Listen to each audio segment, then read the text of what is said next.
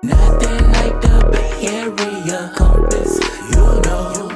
Story after story, entertaining videos.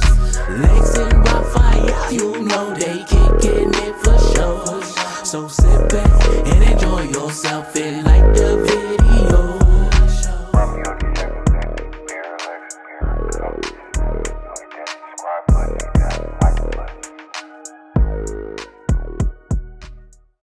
One thing that Hus can say he regret, or that you can go back and change the narrative on, what would that be?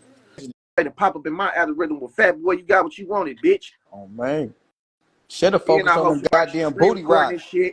And I hope you hear all this shit, you fat, funky ass, bitch ass, booty rock selling ass nigga that got popped in his head and ain't did shit ass nigga, but worried about niggas on the internet and everybody else's business, nigga. Shut your fat, funky ass up, nigga. You niggas ain't never made no noise in the streets, nigga. I'm tired of these rap niggas. And that nigga out of pocket for letting you put your brand on the line. But that's why I know you niggas really in on it together. Cause you ain't mutual, bro. You talking about you mutual, bro. You biased in the motherfucker. Because you told me what? You said no matter what the situation is, bro, we're gonna agree to this about Raphael 7, baby. Hit that like button, hit that subscribe button. Barry Lex, Barry Compass, right? Now, DNI Mike and Lil Blood. Now, this is kind of old, but I'm going to put some perspective on it, right? Now, Lil Blood, I won't lie. I posted when I barely started blogging, but I didn't even blog at this particular time. I was just learning the internet.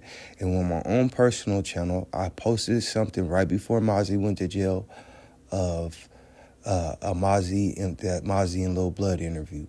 Now, I went to sleep, right? And I woke up and that shit had like 20,000 views on it. Then it had like 40 or 50,000 views. Lil Blood, but he said it was his manager, but it was coming from Lil Blood TV, gave me a strike. We was communicating, and they said if I took it down, they would remove the strike. So to be fair to Lil Blood, right, even though he gave me a strike and was like, fuck that, I paid for the interview, which was kind of some, I understand, but he ended up giving me a strike. So that's probably what people have a problem with, is particular with the dealings with Lil Blood, is he ain't really, a lot of times you think people more cooler than they actually is in person. But I do have a friend, not even a friend, but I do have somebody I know that been dealing with Blood for many, many moons. So, and I always thought that was cool. He was from Stockton, Blood was locked in. So I haven't really no qualms with Blood, but I wish you wouldn't have gave me that damn strike and let me keep the damn video up there. But so DNI Mike has a problem, and I'm going to tell you how I'm in this situation slightly, right? So I seen DNI Mike address the Hustler situation, right? And that is news for the Bay Area. People always go, well, is this Bay Area Compass because you're posting Northern California stuff? Well, Lex got an LLC in Bay Area Compass, I believe. Why would he change his shit? Because you don't like that I'm posting different things outside of the Bay Area, first off, right? So I'm going to bring this situation, but let me say this, right? Now, I seen the live, DNI Mike had did something on the Hustler, and I was telling him on his YouTube channel, keep blogging, because there ain't really too many bloggers in Northern California. So I knew that was going to be a big scenario. Did I think it was going to be as dramatic as it was? No. Did I think it was going to be news? Yes. And did I think that it was going to go to the lane it went to? Absolutely not. Hustler is a legendary mob figure, member of Northern California rapper, a big rapper in his day and time as far as Northern California culture go. So I definitely posted him going out to DNI Mike Hood. So bam, I posted that shit, which went in an uproar because it got hella views. So DNI Mike started responding to Hustler, and Hustler started responding to DNI Mike. Now, this is where DNI Mike got mad at Lil Blood. Now, I believe he probably was slightly upset with me because I definitely was more on the hustler side of this stuff because I'm about the legendariness of our culture. So I don't know about the other little knick-knack paddywhack because I'm on the internet. I don't care about that shit, bruh. That shit doesn't... I don't care, you know what I'm saying? To each their own, and hopefully everybody succeeds. That's how I look at it. So I'm not going to pick sides or whatever the case may be on this internet about people I don't know. I'm going to give an opinion and maybe not even a full opinion because if I was like, man, fuck that mother, you know, who am I? So bam, all right. So when DNI Mike and Hustler going back and forth, Lil Blood interviews Hustler, right? So he felt like them being two people from Oakland, he kind of shitted on him, and maybe he wasn't as cutthroat as he would have been in any normal situation, right?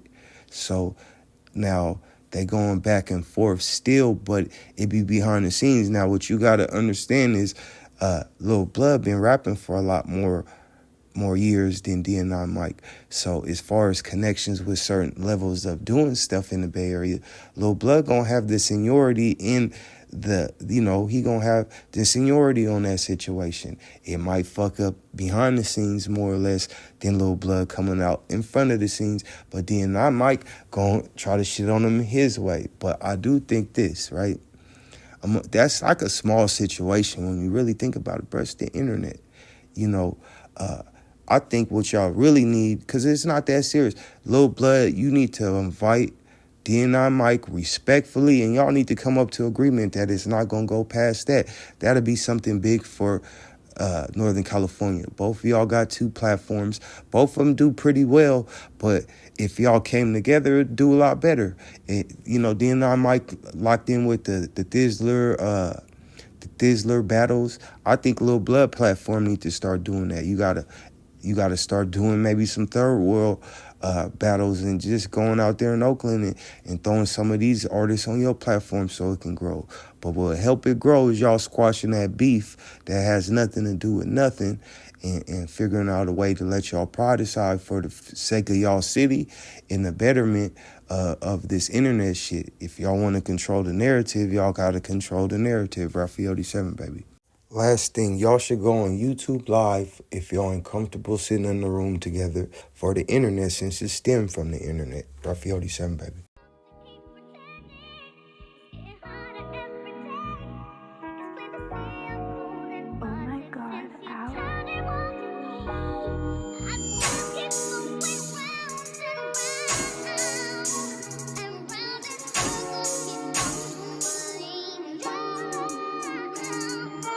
When my pops left, it was a sad day. Remember shedding tears of pain. So much anger in my veins, it was hard for me to maintain. Turned me insane. My Uncle Antoine in a wheelchair, Auntie Kaylin on that cane. Uncle Andre in prison, stuck in them chains. My grandma mama working hard for a little bit of change. My mama daddy died when she was 5. She had no choice but to survive. My pop's daddy was black. His mama was white. At that time it wasn't suitable. Put him in foster care, now that ain't disputable. Fuck the American dream, nigga. In America we scheme, we niggas. My role models had triple beams. Put that poison in your system, now you become the fiend. Ain't no winning in this shit. We on the dark side of life. This pain eternal like the blood of Christ. Shit. Damn. The pain runs deep, but I still love you forever. They'll never understand the struggle. That's why my only goal is to make it better. Shit. Could have died a million times. God knows I tried a million times to find a solution and kept on trying, even though I kept on losing family, friends, and friendships. Sorry, dog, but I'm on some man shit. Wish we could've got rich like we planned it, and I wish you would've stayed down, but I took her for granted. I wish my family and friends was here, but till we meet again on a different planet. Just trying to live my greatness out before I vanish. Yeah, you know how this shit go.